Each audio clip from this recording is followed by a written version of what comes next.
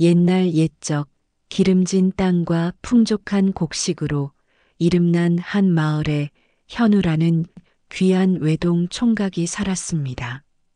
현우의 집안은 대대로 높은 덕망과 재산을 함께 쌓아온 명문가였습니다. 아버지 박서방은 재산을 모으는 데 능숙했고 어머니 최 부인은 집안을 엄격하게 관리하여 이웃들의 존경을 받았습니다.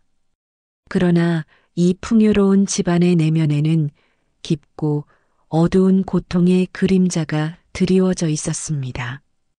현우는 최 부인이 30이 넘은 나이에 기적처럼 얻은 아들이었습니다. 현우를 낳기 전까지 최 부인은 무려 5번의 끔찍한 유산과 사산을 겪었습니다.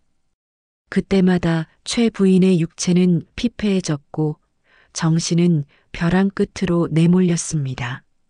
마을 사람들은 저 집에 복이 다했나 보다 수군거렸고 최 부인은 자신의 존재 이유가 사라지는 듯한 극심한 좌절감에 시달렸습니다. 모든 희망을 포기했을 무렵 기적처럼 현우가 태어났습니다. 현우는 단순한 아들이 아니라 최 부인에게는 자신의 고통스러운 과거를 치유하고 불안한 미래를 지탱해주는 유일한 구원자였습니다. 그 때문에 현우를 향한 최 부인의 사랑은 곧 맹목적이고 병적인 집착으로 변질되었습니다. 현우를 세상의 모든 위험, 고통, 심지어는 노력으로부터 완벽하게 격리시키려는 강렬한 욕망이었습니다. 그녀는 현우에게 내 기력은 곧 우리 집안의 생명이다라고 끊임없이 주입했고 현우를 마치 섬세한 유리 세공품처럼 다뤘습니다. 현우는 이미 어엿한 성인이 되었음에도 불구하고 최 부인의 극심한 우려 때문에 바깥의 고된 일은 물론이고 책을 읽거나 글을 쓰는 지적 활동조차 허락되지 않았습니다. 최 부인은 아들이 밖에 나가 혹여나 찬 바람이라도 쐬어 감기에 걸리거나 조금이라도 기운을 소모할까 두려워했습니다. 그녀는 아들의 기력을 보존한다는 명목 아래 달마다 산삼, 녹용, 해구신 같은 최고급 보약제만 골라 정성껏 다려 먹이는 것을 유일한 일과로 삼았습니다. 이웃들은 현우를 금실에 쌓인 도련님 혹은 금덩이 총각이라 부르며 혀를 내둘렀습니다. 아버지 박서방은 아들이 성인으로서 스스로의 삶을 개척하고 건강한 남성으로 거듭나야 한다고 굳게 믿었습니다. 그는 현우에게 밭일을 가르치려 했고 상인으로서의 수완을 전수하려 했지만 최 부인의 맹목적인 모성애 앞에서는 번번이 좌절했습니다. 최 부인은 남편에게 이 귀하디귀한 외동아들을 당신처럼 고생시켜 기력을 쇠하게 만들고 싶으시오? 나는 지난 세월 동안 이 아이를 얻기 위해 모든 것을 바쳤소. 라며 히스테릭하게 대항했고 박서방은 아내의 깊은 트라우마를 알기에 결국 침묵하고 말았습니다. 현우의 하루는 해가 중천을 지나서야 일어나고 어머니가 차려준 사내진미를 즐긴 후 방 안에서 무료함과 권태 속에서 시간을 보내는 것이 전부였습니다. 현우는 자신을 향한 어머니의 극진한 사랑에 감사하면서도 마음 한구석에서는 설명할 수 없는 깊은 공허함과 함께 나는 왜 이렇게 무가치한 삶을 사는가 하는 수치심에 시달렸습니다. 그는 자신의 의지력이 약해서라거나 혹은 자신이 선천적으로 게으른 성격이라고 자책하며 그 답답함을 피하기 위해 어머니가 주는 보약에 더욱 의존했습니다. 이로 인해 아버지와의 관계는 대화조차 사라진 채 냉랭한 강물처럼 흘러갔습니다. 박서방은 아들에게 며느리라도 들어와야 이 병적인 상태를 해소할 수 있다고 판단하고 아내에게 혼사를 재촉했습니다. 최 부인은 며느리가 현우를 자신에게서 빼앗아 갈까봐 극도로 불안해하며 현우를 보필할 정말 현명하고 조신한 처녀를 찾을 때까지 혼사를 미룰 수밖에 없다는 핑계로 계속 시간을 끌었습니다. 그러던 어느 날 박서방은 장터에 가던 길에 갑작스러운 가슴 통증과 호흡 곤란을 느끼며 길바닥에 쓰러지고 말았습니다. 지나가는 사람들은 부자 어른이 쓰러진 것을 보고도 감히 손대지 못하고 주춤거렸습니다. 그때 마침 그 길을 지나가던 연하라는 처녀가 쓰러진 박서방을 발견했습니다. 연하는 주저없이 박서방을 부축하여 자신의 집으로 정성껏 옮겼고 평소 알고 지내던 의술에 능한 친구인 의녀 은주를 급히 불러 진찰을 부탁했습니다. 은주는 박서방의 맥을 짚고는 환자분은 이미 연세가 많으시고 심장이 극도로 쇠약해져 있습니다. 장기간의 스트레스와 근심이 병의 근원이니 지금부터 일체의 활동을 멈추고 절대 안정을 취하셔야 합니다라고 단호하게 진단했습니다. 며칠간 연하의 집에서 극진한 간호를 받던 박서방은 자신의 죽음이 멀지 않았음을 직감했습니다. 이대로 내가 눈을 감으면 현우는 평생 어미의 집착 아래 파멸할 것이다. 그는 자신을 진심으로 보살피는 연하의 맑고 지혜로운 모습에 큰 감명을 받았습니다. 연하는 박서방에게 따뜻한 미소를 지으며 마치 자신의 친아버지처럼 정성을 다해 간호했습니다. 박서방은 연하에게 큰 은혜를 입었음에 진심으로 감사를 표하며 밤예로 현운의 집으로 정중히 초대하여 저녁 식사를 대접하겠다고 청했습니다. 현운의 집으로 돌아온 박서방은 자신의 목숨을 구해준 연하에게 겉으로는 극진히 대접하는 최 부인의 내면 깊은 곳에 있는 경계심과 불안감을 읽어낼 수 있었습니다. 식사 내내 연하의 조용하지만 단정한 몸가짐, 깊은 속내와 주변을 배려하는 마음씨를 본 박서방은 마침내 결심을 굳혔습니다. 이 처녀야말로 현우를 이 굴레에서 해방시키고 우리 집안의 대를 훌륭히 이을 수 있는 유일한 희망이다. 박서방은 식사를 마친 후 모두가 예상치 못한 순간에 연하에게 현우와의 혼인을 제안했습니다. 이 갑작스럽고도 단호한 제안에 현우와 연하는 물론 최 부인까지 숨을 삼키며 놀랐습니다. 최 부인은 반대하려 했으나 병색이 짙어진 남편의 단호한 눈빛과 그간 쌓였던 죄책감 앞에서 감히 입을 열지 못하고 침묵으로 일관했습니다. 연하는 부모 없이 외롭게 자라왔기에 가족을 이루고 싶다는 간절한 소망이 있었고 며칠의 깊은 고민 끝에 혼인을 승낙했습니다. 현우 역시 처음 만났지만 정숙하고 아름다운 연하에게 호감이 생겨 아버지의 뜻에 조용히 순응했습니다. 혼례 준비가 시작되자 최 부인의 불안감은 걷잡을 수 없는 공포로 변했습니다. 내 아들을 빼앗길 수 없어. 현우는 오직 나만을 위한 존재여야 해. 아들을 완전히 잃을까 두려웠던 그녀는 잔인한 계획을 세웠습니다. 그녀는 현우가 복용하는 보약의 횟수를 하루 3번으로 대폭 늘리고 은밀하게 남성의 활력과 기운을 억제하는 무서운 약재를 교묘하게 섞었습니다. 이는 단순히 수면제가 아니라 장기간 복용 시 인체의 신경과 생식 기능을 쇠퇴시키는 치명적인 약재였습니다. 현우는 보약의 맛이 평소보다 훨씬 씁쓸하고 떫어진 것을 느꼈지만 어머니가 주는 약이니 의심 없이 매일 순순히 마셨습니다. 혼례를 올린 후 첫날 밤 현우는 방에 들어오자마자 마치 전신에 무거운 쇠사슬을 감은 듯 극심한 피로감과 졸음에 휩싸여 침상에 쓰러지듯 잠들어 버렸습니다. 연하는 남편이 혼례 준비로 지쳤으려니 하고 애써 서운함을 달랬습니다. 그러나 다음 날 밤도 그 다음 밤도 현우는 밤만 되면 온몸에 힘이 쭉 빠지고 마치 약에 취한 사람처럼 깊은 잠에 떨어져 버렸습니다. 낮에도 현우는 예전보다 훨씬 더 무기력하고 권태로운 모습이었고 아내와의 대화나 접촉을 피했습니다.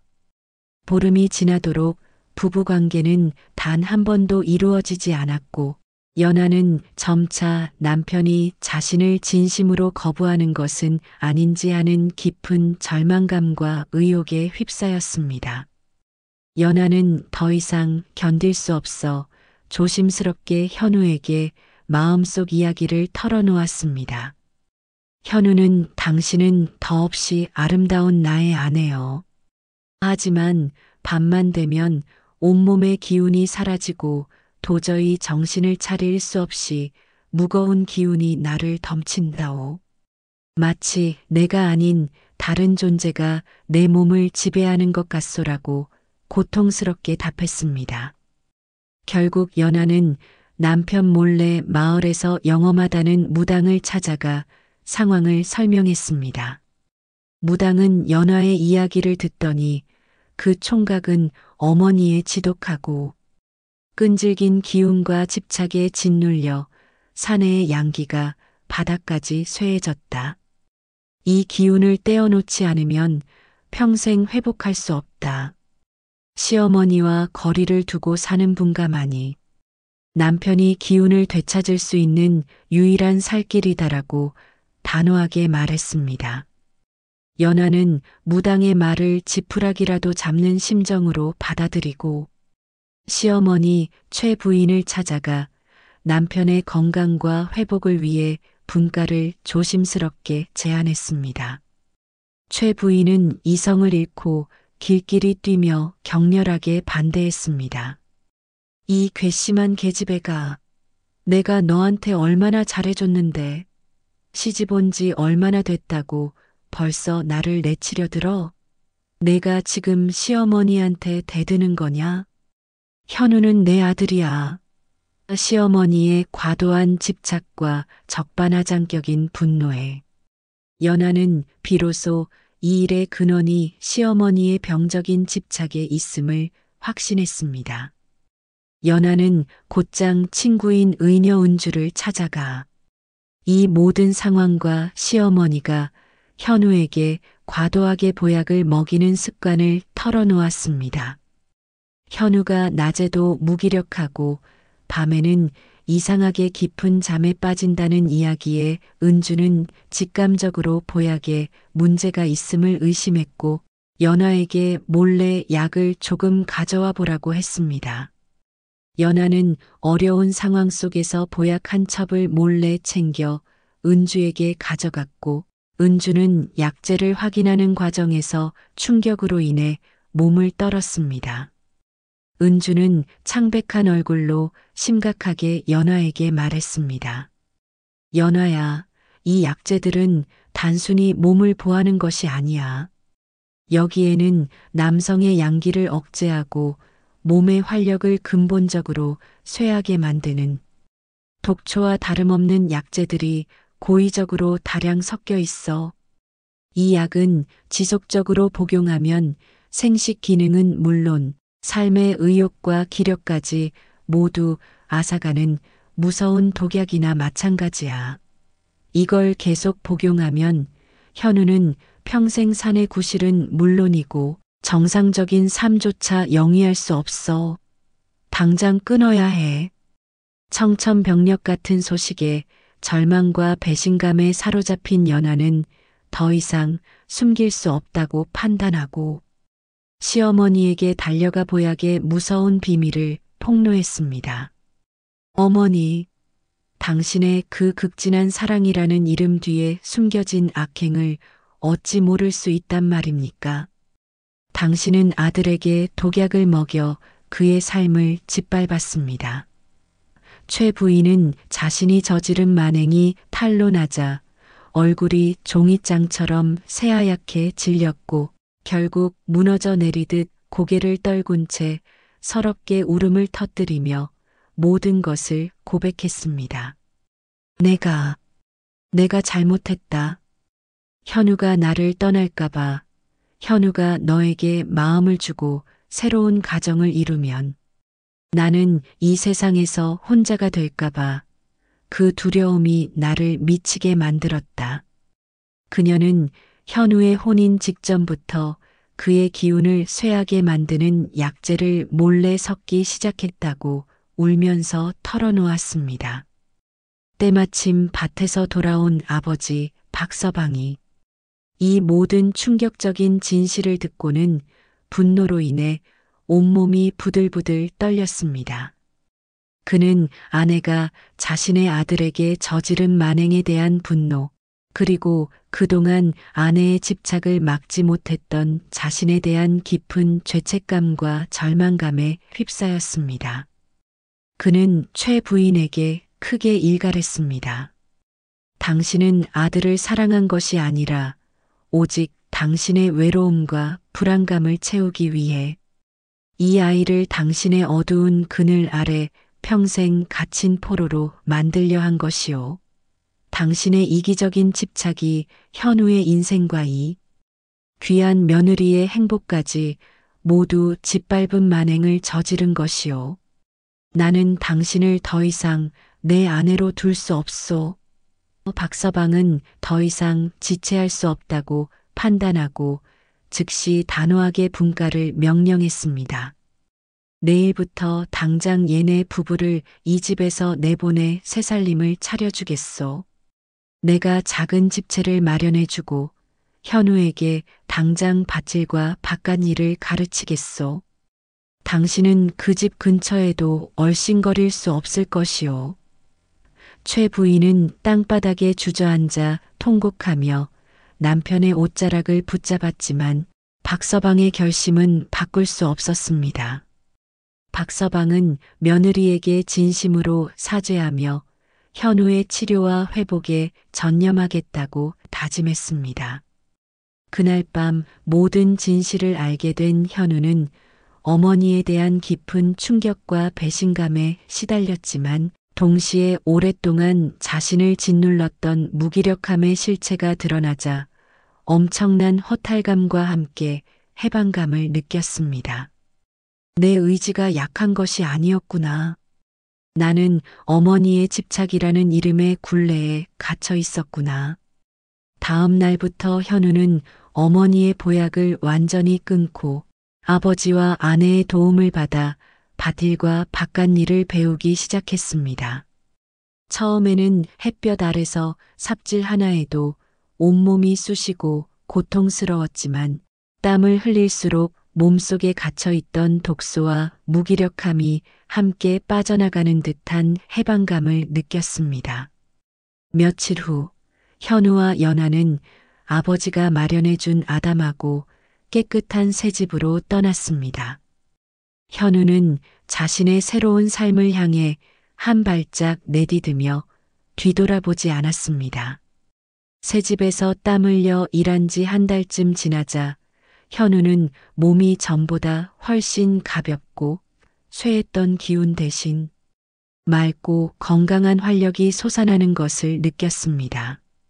흙냄새와 풀냄새 속에서 그는 비로소 진정한 자신의 존재감을 찾았습니다. 그리고 마침내 밤만 되면 그를 짓눌렀던 무거운 졸음과 무기력함에서 완전히 해방되었습니다. 그날 저녁 현우는 연아의 손을 잡고 따뜻하고 확신에 찬 미소를 지으며 말했습니다. 여보, 이제야말로 내가 그 집착의 굴레에서 벗어난 한 남편으로서 당신을 맞이할 수 있을 것 같소. 오늘 밤 우리의 진정한 첫날 밤을 가집시다. 그날 밤 두 사람은 비로소 마음과 육체가 하나 되는 진정한 부부가 되었습니다. 현우는 밤마다 그를 괴롭혔던 악몽 같은 무기력함에서 영원히 해방되었고, 연아는 더 이상 외롭거나 실망하지 않았습니다. 몇 달 후, 연아는 몸의 이상함을 느껴 친구인 은주를 찾아갔고, 아이가 생겼다는 더없이 기쁜 소식을 들었습니다.